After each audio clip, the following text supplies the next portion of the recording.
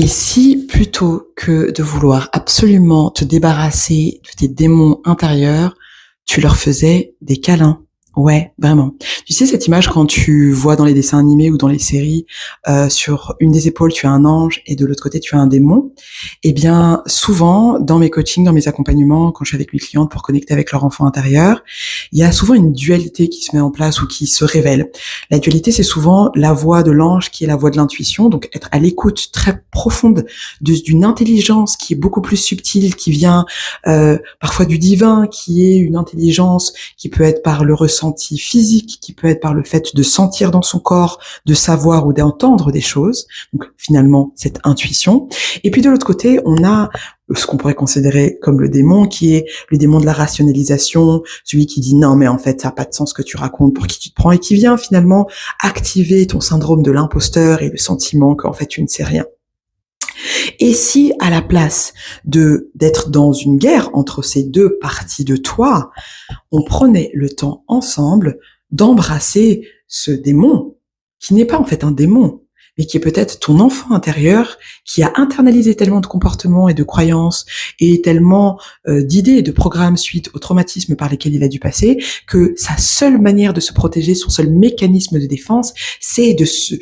poser toutes ces questions, de venir faire douter, parce que c'est plus safe, c'est moins risqué d'être dans le doute que d'être dans l'action et de suivre son intuition.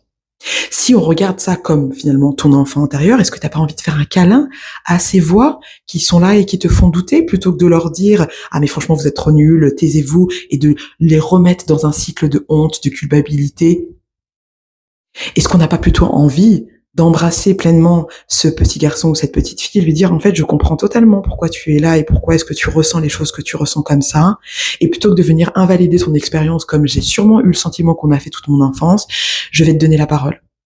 Je vais te donner la parole avec des pratiques, des rituels, des routines qui vont te permettre d'avoir un cadre sain et safe pour exprimer les émotions plus denses, exprimer les pensées qui peuvent être plus négatives. Parce que si elles sont là, c'est qu'elles ont une raison d'être là. Et plutôt que de penser qu'elles ne méritent pas d'être là et donc de les mettre de côté, donc de mettre une condition sur les parties de moi que j'accepte, je veux embrasser de manière inconditionnelle tout ce que je suis. Et ça veut dire à la fois la beauté et la fluidité de mon intuition que je choisis de développer au fur et à mesure,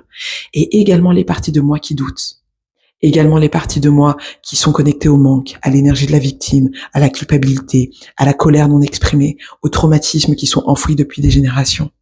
Est-ce que tu peux t'autoriser à te retourner vers cette partie de toi et lui faire un câlin magique pour la rassurer et lui expliquer que ça s'arrête avec toi aujourd'hui,